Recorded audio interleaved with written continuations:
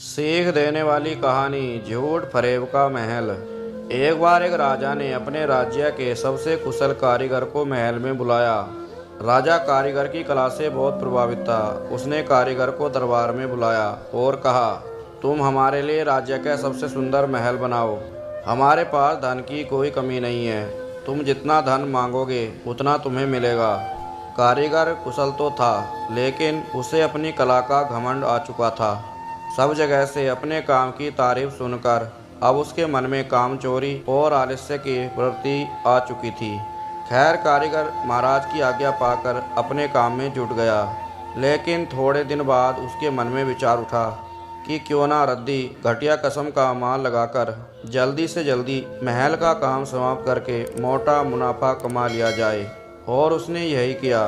कारीगर ने घटिया किस्म का माल लगाकर महल की भुरभुरी दीवारें खड़ी कर दी। कारीगर ने बाहर से महल को सुंदर साज सजा के चमका दिया, लेकिन अंदर से महल में कच्चा माल लगा दिया। थोड़े दिन में आकर्षक सुंदर वाला, सोने सी चमक दमक वाला सुंदर सा महल तैयार हो गया। महल खड़ा करने के बाद कारीगर राजा की सेवा में पहुंचा और राजा को महल के बनने की सूचना दी। राजा अगले ही दिन महल का निरीक्षण करने के लिए पहुंचे। महल को देख राजा बहुत प्रभावित हुए।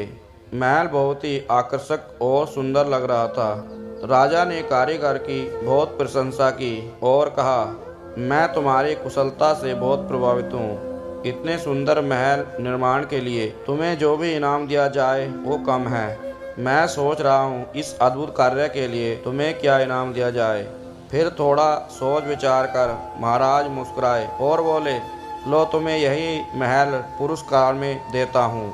महाराज की बात सुनकर कारीगर हंसप्रभ रह गया। उसे क्या मालूम था कि जिस महल को वह घटिया माल से बना रहा है वही महल एक दिन उसे इनाम में मिल जाएगा। राजा महल का निरीक्षण कर और महल को कारीगर को इनाम में देकर चले गए। कारीगर अपने किए पर मुंह छिपाकर रोने लगा। इनाम के लालच में कारीगर का बनाया गया खोखला महल उसी के हत्थे चढ़ गया। शिक्षा: दोस्तों, हमें अपना काम पूरा ईमानदारी और लगन से करना चाहिए। कभी भी लालच नहीं करना चाहिए। दोस्तों, स्टोरी पसंद आए लाइक, सब्सक्राइब, शेयर करें।